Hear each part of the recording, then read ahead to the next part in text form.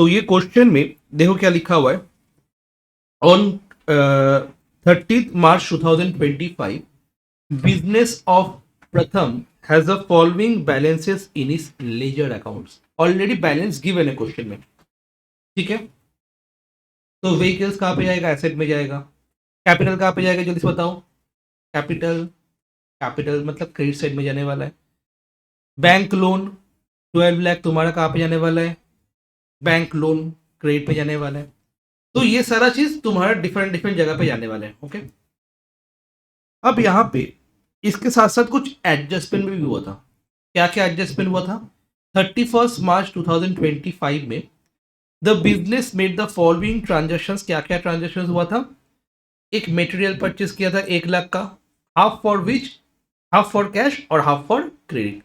उसके बाद made sales for 1,60,80,000 on credit. उसके बाद paid wages 15,000 to shop assistants.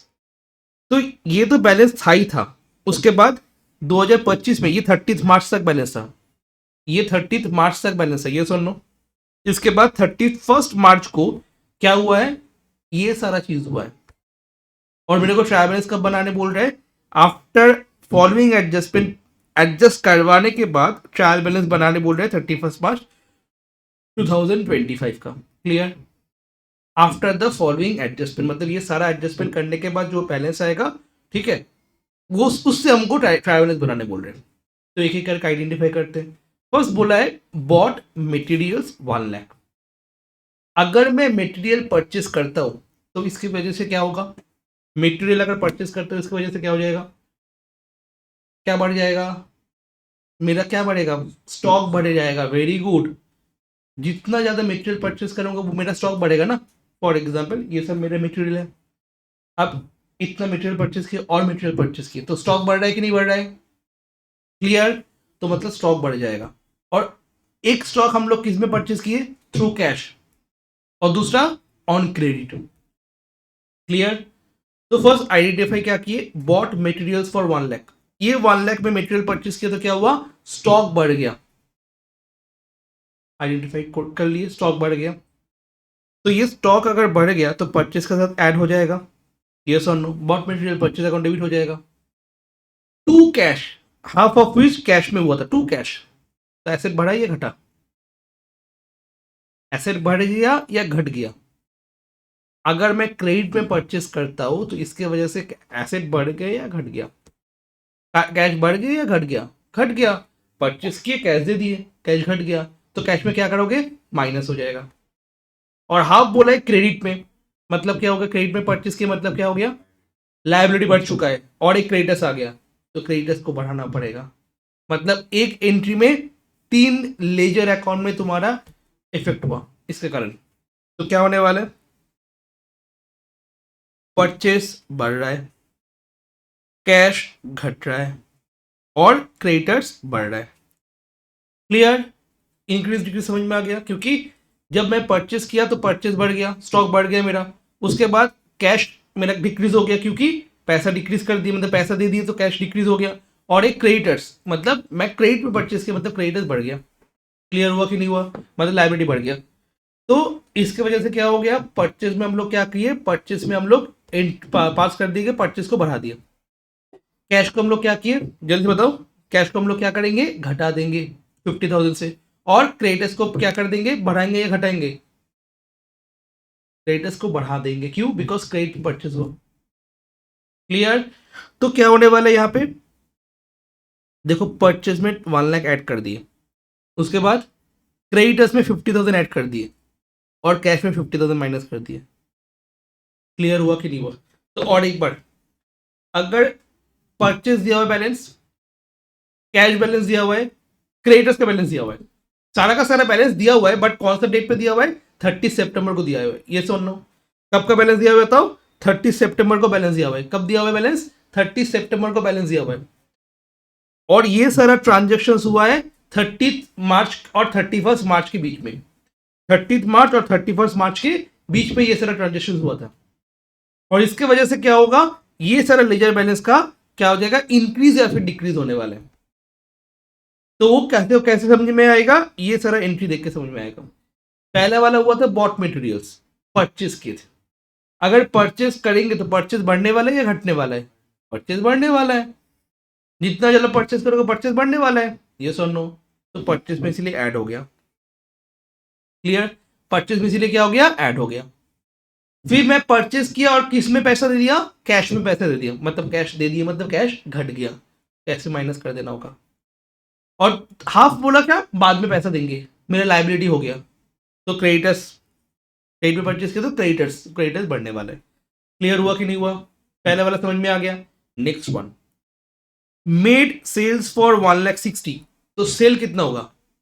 Cell बढ़ने वाला है या घटने वाला है? सेल किए 1,60,000 में, सेल किए, जितना ज्यादा सेल करेंगे सेल बढ़ेगा। हमेशा कंपनी के बिजनेस से वही चाहता है कि बहुत बहुत सेल हो मेरा। तो सेल करेंगे तो क्या हो जाएगा? ये सेल इंक्रीज हो जाएगा 1,60,000 से। 80,000 ऑफ विच ऑन क्रेडिट। सब क्रेडिट में होगा तो लाइबिलिटी होगा? नहीं, इस टाइम में मेरे को क्या करना होगा? पैसा मिलने वाला है, इस टाइम में पैसा मिलने वाला है, बिकॉज सेल किए हैं। किसको सेल करेंगे? कस्टमर को सेल करने वाले हैं। ठीक है, तो कस्टमर से पैसा मिलने वाला है, तो कस्टमर के अकाउंट में हम लिंक लिख दूंगा कि मेरा डेटा हो गया, ये वाला पैसा मिलने वाला है ना उससे। तो ये वाला जो क्रेडिट पे हुआ है, सॉरी ये वाला जो क्रेडिट पे हुआ है सेल, इसके लिए क्या हो जाएगा? डेटास बढ़ जाएगा। क्लियर? एग्जाम्पल, मैं क्या किया? मैं सेल किया 1,60,000 किसको? अन्वेषा को। ठीक है, 1,60,000 का सेल हुआ तो सेल बढ़ने वाले मेरा, ये और नो? एकदम। तो सेल बढ़ा देंगे, 1,60,000 से सेल बढ़ गया। अब 80,000 अन्वेषा के बोले सर बाद में देंगे, मैं लिख के रखूंगा ना डेटर्स 80,000 मिलने वाला है फ्रॉम अन्वेषा।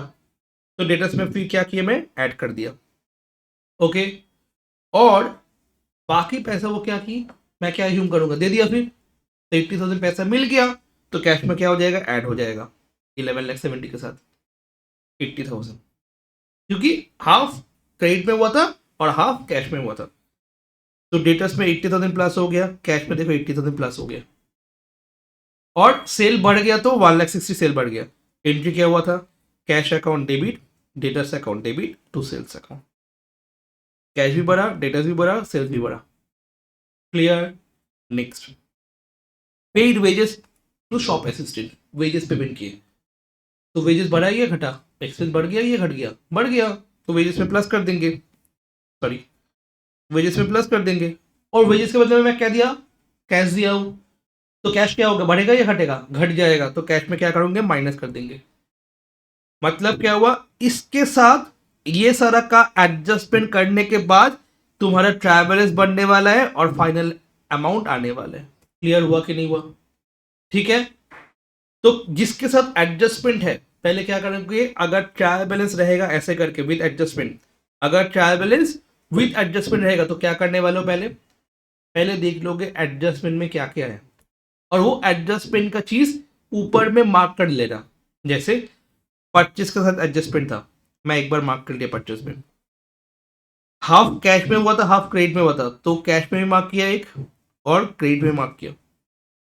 नेक्स्ट, सेल हुआ 1,60,000, सेल में एडजस्ट हो गया, एडजस्टमेंट बोला 80,000 एंड क्रेडिट हुआ था, मतलब डेटर्स के साथ एडजस्टमेंट है और कैश के साथ एडजस्टमेंट है। उनको समझ में आएगा, 3 एडजस्टमेंट है उसके साथ। लास्ट वाला पेज वेजेस किए, तो वेजेस मतलब यहाँ पे तो वेजेस कुछ नहीं है, तो कहाँ पे हो जाएगा? अदर एक्सपेंस का तो प्लस हो जाएगा, और कैश से माइनस होगा, तो कैश में 3 एंट्री है। बाकी में किसी में कुछ नहीं है, तो क्या करेंगे? बाकी आराम से पोस्ट कर दोगे। जब वो वाली चीज में आएंगे उसमें क्या करेंगे? पहले लिखेंगे, उसके बाद ब्रैकेट देके अमाउंट प्लस वगैरह करके फिर बैठाएंगे। क्लियर हुआ कि नहीं हुआ? ठीक है, तो ऐसे करके हम लोग को प्रेजेंट करना होगा। क्लियर? बात समझ में आया कि नहीं आया? ठीक है, तो फर्स्ट क्या करोगे? ट्रैवलर्स का फॉर्मेट बनाओगे कॉपी में, जल्दी से। ओके, अच्छा व्हीकल कहाँ पे आ जाएगा बताओ जल्दी से? व्हीकल तुम्हारा एसेट में आ जाएगा, डेबिट साइड में। उसके बाद कैपिटल कहाँ पे जाने वाला है? क्रेडिट में। बैंक लोन कहाँ पे जाने वाला है? क्रेडिट में। उसके बाद तुम लोग लिखोगे परचेस। परचेज लिखने के बाद फिर तुम अमाउंट लिखोगे और 1,00,000 प्लस करोगे बाद में। मैं 1,00,000 वगैरह वो जो प्लस माइनस है ना वो बाद में करने वाला हूँ, पहले अमाउंट लिख लो। जो जिसके साथ एडजस्टमेंट है वो एडजस्टमेंट क्या करोगे? अंदर लिखोगे यहाँ पे, मतलब जो भी क्रेडिटर्स में एडजस्टमेंट है वो कहाँ पे लिखोगे? अंदर में लिखोगे। डेटर्स में एडजस्टमेंट है वो कहां पे लिखोगे, अंदर में लिखोगे। सेल के साथ एडजस्टमेंट है कहां पे लिखोगे, अंदर में लिखोगे। कैश के साथ एडजस्टमेंट है कहां पे लिखोगे, अंदर में लिखोगे। Next, insurance and taxes expenses, adjustment है इसमें, नहीं है। तो अगर एडजस्टमेंट नहीं तो क्या करना है, डायरेक्ट में बैठाना है। इंटरेस्ट एंड टैक्सेस क्या होने वाला है, एक्सपेंस होने वाला है, इसीलिए कहां पे जाने वाला है, तुम्हारा डेबिट साइड में जाने वाला है, डायरेक्ट बाहर। मतलब जिन सब चीज में, जिन सब आइटम में एडजस्टमेंट है, वो सारा आइटम को क्या करना है, वो सारा आइटम को तुमको इनर में रखना होगा, फिर एडजस्ट करके फिर बाहर में भेजना होगा। ठीक है, क्लियर।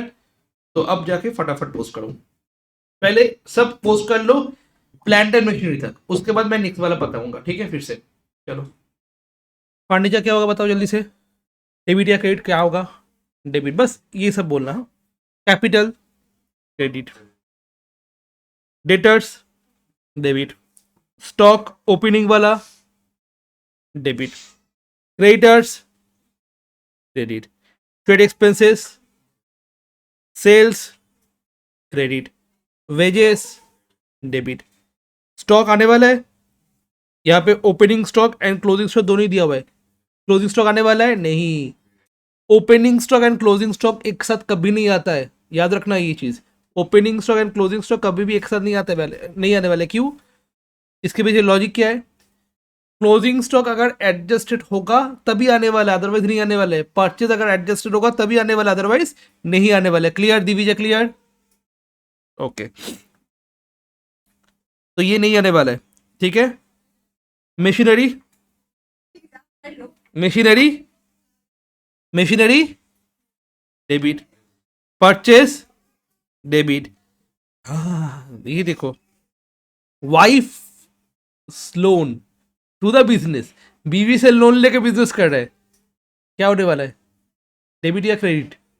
हाँ, डेबिट या क्रेडिट, क्रेडिट। क्यों क्रेडिट, বউয়ের থেকে লোন নিচে যে সবচেয়ে বড় লাইবিলিটি, ঠিক আছে, तो credit. Okay, next one, because of loan liability होता है, वाइफ से लोन लिया जाए, बाहर से किसी से लोन लिया जाए, बैंक से लोन लिया जाए, किसी से भी लोन लिया जाए, वो लाइबिलिटी होता है। Discount allowed debit, drawings debit, motor van debit, asset है ना, गाड़ी एसेट है ना। अच्छा, यहाँ पे तो सारा चीज लिखा हुआ है। क्लोजिंग स्टॉक नहीं आने वाला है। इंपॉर्टेंट जगह कहाँ पे है, आउटस्टैंडिंग सैलरी, जो इंपॉर्टेंट है वो मार्क किया हुआ है, आउटस्टैंडिंग सैलरीज, बाकी सब कुछ कर पाओगे। आउटस्टैंडिंग सैलरीज मैंने लिखा है, एसेट या liabilities, liabilities that's why credit. Wages due also liability credit, outstanding expenses liabilities credit, equipment asset debit, repairs to building expenses debit, ground rent expenses debit, investment asset debit।